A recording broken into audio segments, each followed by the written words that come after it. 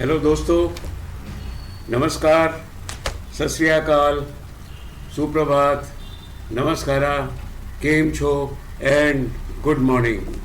दोस्तों, हम आजकल जो है रिज़ल्ट सीज़न के अंदर जो है चल रहे हैं और अभी तक जो रिज़ल्ट्स आए हैं उसके अंदर जो आईटी सेक्टर है उसमें फेयरली गुड रिज़ल्ट्स आ गए हैं और लोगों को हालांकि जो विप्रो था उसका रिज़ल्ट बहुत पसंद नहीं आया, इसलिए वो गिर गया है। लेकिन उसमें घबराने की कोई बात नहीं है। फ़िलहाल दोस्तों देखते हैं कि अब हमारे सामने जो है ना वो क्या है, कौन से इम्पोर्टेंट सेक्टर्स हैं जिसके अंदर रिज़ल्ट आने वाले हैं। तो बस मैं आपको सबसे पहले तो ये बोलता हूँ कि आपका ये चैनल है, इसको सब्सक्राइब कर लीजिए और उसके बाद हम जो है तीन शेयर्स की बात करेंगे जिनके रिज़ल्ट्स आने वाले हैं। तो तीन इम्पॉर्टेंट जो हैं कंपनीज उनके रिज़ल्ट आने वाले हैं। तो सबसे पहले उसके अंदर फ्रेंड्स 22 जनवरी को आईसीआईसीआई बैंक का रिज़ल्ट आने वाला है। दोस्तों, मैं आपको बताना चाहता हूँ कि जो आईसीआईसीआई बैंक था, आईसीआईसीआई बैंक के जो रिज़ल्ट्स थे वो लास्ट टाइम ये 24 अक्टूबर को आए थे। ये मैंने यहाँ पे 24 अक्टूबर मार्क किया हुआ है यहाँ पर, ठीक है। ये 24 अक्टूबर मैंने यहाँ पर मार्क किया हुआ है और ये 24 अक्टूबर को फ्रेंड्स इसके रिज़ल्ट्स आए थे और रिज़ल्ट्स आने के बाद जैसे रिज़ल्ट आए थे उसके बाद ये शेयर जो है ना इसने एकदम अगले दिन छलांग लगाई और ये 800 समझ लीजिए 765 से ये सीधा इसने 100 रुपये की छलांग लगा के ये 860 तक पहुँच गया। जैसे कि हमेशा होता है जब भी फ्रेंड्स रिज़ल्ट आता है, रिज़ल्ट आने के बाद 99.99% स्टॉक्स जो है ना वो गिर जाते हैं। और वैसे ही आप देख लीजिए, जैसे ही इसका रिज़ल्ट आया ये स्टॉक भी जो है ना उसके बाद इसने एक लंबी जो है ना लगा दी, क्या बोलते हैं, गिरावट। और गिरावट करते करते कहाँ तक आ गई, 860 से गिरावट आ गई 690 के ऊपर। यानी कि इसने इसकी जो गिरावट आई, ये गिरावट जो करीब करीब आप समझ लीजिए 800 से 200 रुपये की करीब इसकी गिरावट आ गई। तो अब सवाल ये है कि जब पहली चीज़ जो हमेशा इस्टेब्लिश होती है कि once you know the event is over there is a fall in the share market. कोई भी स्टॉक हो, कोई भी शेयर हो, ठीक है ना। तो अब सवाल ये है कि जब आज की इसकी स्थिति कैसी है। तो फ्रेंड्स, मैं आपको बताना चाहता हूँ कि इसके रिजल्ट जो है ना, रिज़ल्ट एक्सपेक्टेड है और सब ब्रोकर्स हैं, चैनल्स हैं, हर कोई बोलेगा रिजल्ट्स जो 22 जनवरी को आएंगे इसके रिजल्ट्स इसके फैंटास्टिक आएंगे। और अभी भी ये जो है ना कल भी इसने एक ड्रैगन फ्लाई डोजी लगाया है, तो कोई बड़ी बात नहीं है कि ये जो है 860-65 तक ये जो है चला जाए। नाउ ये जो है इससे जो क्लोजिंग दी है वो 820 की दी है और ये जो फ्राइडे को यानी कि कल 14 जनवरी को ये 810 से 822-23 तक गया था और 821 पे इसने क्लोजिंग दी है।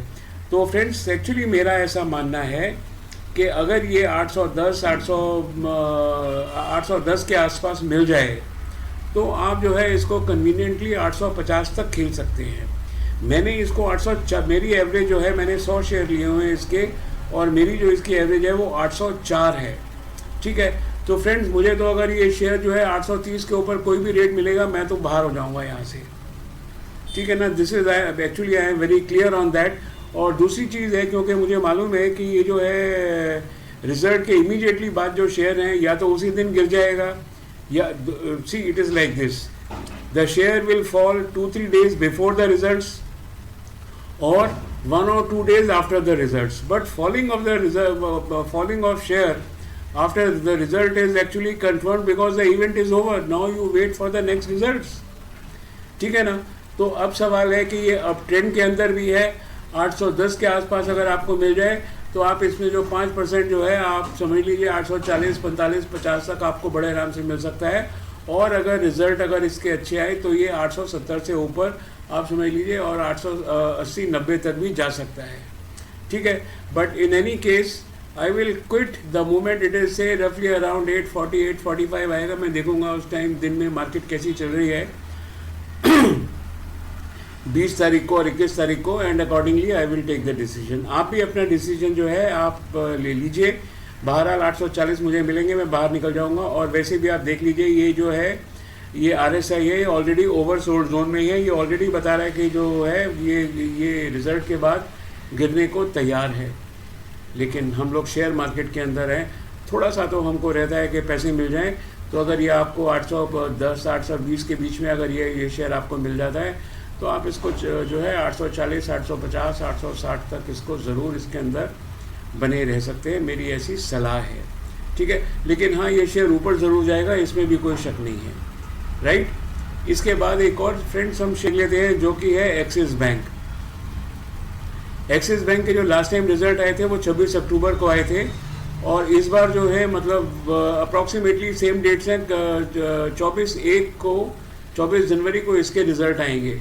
ठीक है, अब फ्रेंड्स मैंने यहाँ पर देखिए मार्क किया हुआ है, ये 24 अक्टूबर, यहाँ ये देखिए इधर ग्रिड्स लगी हुई हैं, मैंने इसको मार्क किया हुआ है। 24 अक्टूबर को इसके रिजल्ट आए थे तो ये क्लोज हुआ था 840 के ऊपर। रिजल्ट इसके बहुत अच्छे नहीं आए थे as compared to ICICI bank.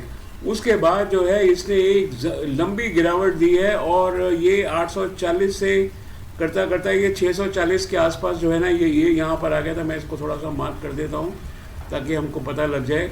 ये करते करते फ्रेंड्स ये यहाँ पर समझ लीजिए ये 650 मतलब ये 200 रुपये, 800 रुपये का शेयर 200 रुपये गिरा है।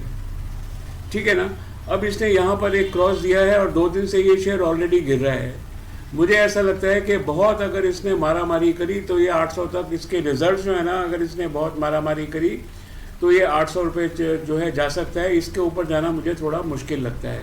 और फ्रेंड्स अगर वैसे भी एक चीज़ है कि अगर आप यहाँ पर सही मानों में देखें तो यहाँ पर जो है ना इसने एक जो है डबल बॉटम लगाया है। ये देखिए मैं बता देता हूँ आपको, ये इसने W यहाँ पर मारा है,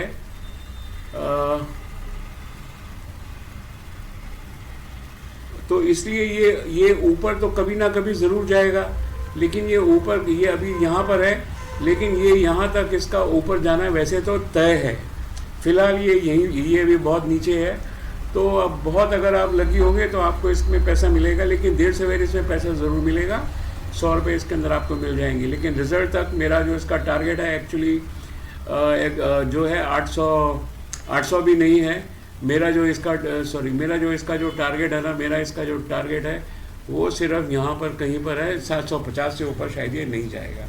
बाकी आप अपना जो है ब्रोकर से जो है आप सलाह कर लीजिएगा, क्या बोलता है आपका फाइनेंशियल एडवाइजर या ब्रोकर, उसकी भी सलाह ले लीजिए तो आपको थोड़ा सा कंफर्म हो जाएगा। बहरहाल 6 महीने के अंदर इसने जो है नेगेटिव रिटर्न्स ही दिए हैं, इस बात का आपको ख्याल ज़रूर रखना है।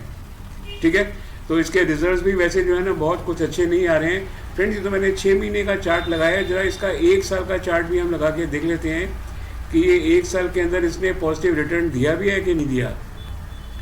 तो अगर हम 1 साल में देखें, नहीं 1 साल में तो इसने पॉजिटिव रिटर्न दिया है। 1 साल पहले इसका जो रेट था ना वो मैं यहाँ पर आपको लगा के बता देता हूँ, 660 था, और अभी ये कुछ नहीं दिया इसने रिजल्ट, तो 50 रुपये दे रहा है सिर्फ। इसको आप नमस्ते बोल दीजिए, और मेरे हिसाब से बाकी आप देख लीजिए। अगर 1 साल में भी इसने रिटर्न जिन्होंने लेके रखा हुआ है 1 साल में भी रिटर्न नहीं दिया तो ऐसे स्टॉक को लेने का कुछ मतलब नहीं होता। अगला स्टॉक जो है ना वो हेडसन एग्रो का है फ्रेंड्स। ये हेडसन एग्रो जो है ना इसके रिजल्ट्स बड़े तूफान आए थे एकदम। ठीक है, इसके जो रिजल्ट आए थे 18/10 को आए थे, और इस बारी 20/1 को इसका रिजल्ट्स अनाउंस हो गए हैं। ठीक है, तो आप ये देख लीजिए कि ये मैंने यहाँ पर लगाया हुआ है 18/10। जिस दिन इसके रिजल्ट आए 18/10 को, उस टाइम इसका रेट जो था ना फ्रेंड्स करीब समझ लीजिए 1450 इसका रेट था। ये जस्ट मार्केट हियर, ये क्लोज जो है ना उस टाइम 1475 के आसपास क्लोज हुआ है। लेकिन उसके बाद जो ये गिरा है ना तो फिर ये उठा नहीं है। ठीक है, और इसको मैं ज़रा यहाँ से निकाल देता हूँ।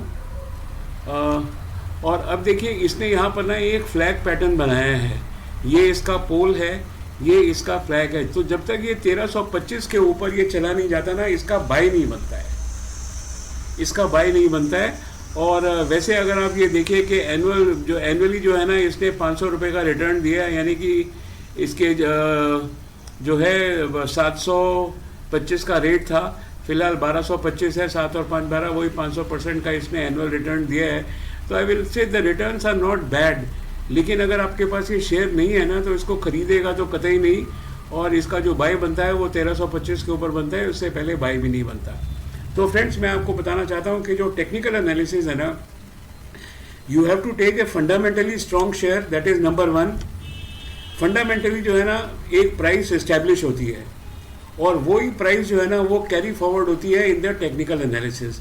तो फंडामेंटल प्राइसेस और टेक्निकल एनालिसिस की जो प्राइसेस है ना डे टू डे बेसिस पे दे रिमेन द सेम, उसकी प्राइस फंडामेंटल्स की वजह से ही है। ठीक है, तो फंडामेंटली तो ये शेयर स्ट्रॉन्ग था, रिजल्ट भी स्ट्रॉन्ग थे, लेकिन फिलहाल कोई इसके अंदर नज़र नहीं आ रहा है हमको कि इसमें कोई बाई का प्रोविज़न रखा जाए। हाँ, अगर कोई बहुत बड़ी कैंडल लग जाए एक ही दिन में या 2 छोटी छोटी कैंडल लग के 1300 के ऊपर चला जाए रिजल्ट के पहले, तो फिर आप जो है 1300 से 1500 यानी कि आपको 250 रुपये का यहाँ पर गेन हो सकता है, ऐसा मेरा मानना है। फ्रेंड जो मैंने था वो मैंने आपको बता दिया, ठीक है, लेकिन मेरी आपसे गुजारिश है कि आप जो है ना एक बार रिकन्फर्म कर लीजिए अपने ब्रोकर से और अपने जो फाइनेंशियल एनालिस्ट है उससे भी। लेकिन ये जो चार्ट्स है ना they never speak lie, specially जब इनमें इंडिकेटर वगैरह लग जाते हैं ना तो दे डोंट स्पीक लाई। और यहाँ भी देख लीजिए ये भी जो सेल रीजन में लगा हुआ है, जो इसकी जो सिग्नल है वो भी नीचे है। तो we can conclude that at present we can avoid it, let it perform, let it go, और वो क्रॉस वगैरह लगने दीजिए। उसके बाद ही जो है ना हम शेयर्स को ना ख़रीदने की कोशिश करेंगे या इसको बाई करने की कोशिश करेंगे। तो बस फ्रेंड्स मैं आपसे इतना कहता हूँ, मेरे साथ बने रहिए। ये चैनल आपका है, चैनल को सब्सक्राइब करिए। और मेरा अगला वीडियो जो है ना बहुत जल्दी आने वाला है, शायद आज ही शाम को या कल अपलोड करूँगा। उसके अंदर मैं आपके जो सवाल हैं उनके जवाब दूंगा। कुछ लोगों ने पूछा है तो I will reply to them, and till then good bye and good luck. Thank you.